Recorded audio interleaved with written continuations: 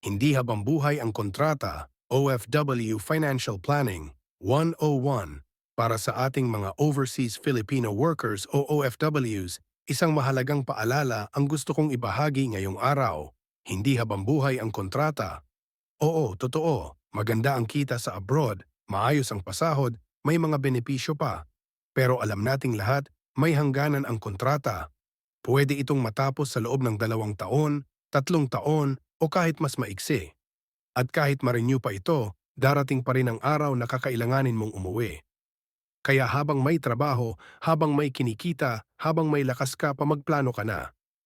Una, mag-ipon ng may layunin. Ang pag-iipon ay hindi dapat basta-basta lang. Hindi lang ito kung may sobra. Mag-ipon ka para sa emergency, para sa edukasyon ng mga anak, para sa panahon na wala ka ng kontrata. Tandaan, ang padala ay pansamantala, pero ang ipon ay pangmatagalan. Ikalawa, matutong mag-invest. Hindi sapat na itinatago mo lang ang pera sa alkansya o sa bangko. Mag-aral ka kung paano ito palaguin. Pwedeng magsimula sa maliit, mutual funds, online investments, kahit simpleng negosyo. Ang mahalaga, pinag-aaralan ito.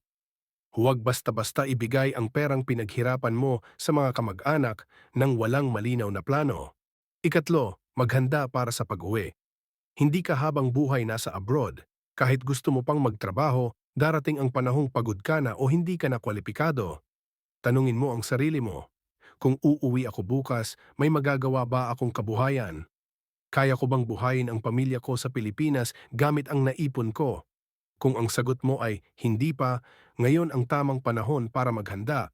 Ikaapat, turuan ang pamilya. Walang silbi ang sakripisyo mo kung hindi rin marunong humawak ng pera ang pinadadalhan mo.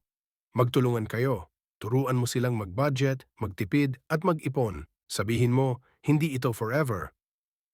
Pagdating ng panahon, sabay-sabay tayong kailangang maging handa.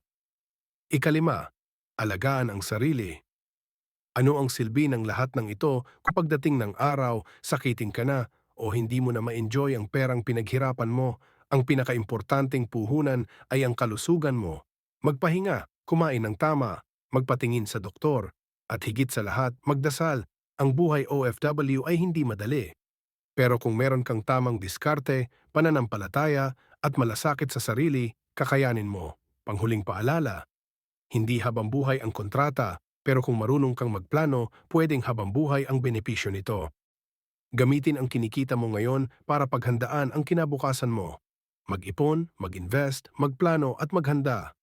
Hindi habang buhay ang pagiging OFW pero habang buhay mong madadala ang bunga ng tamang financial planning. Mabuhay ang bawat OFW.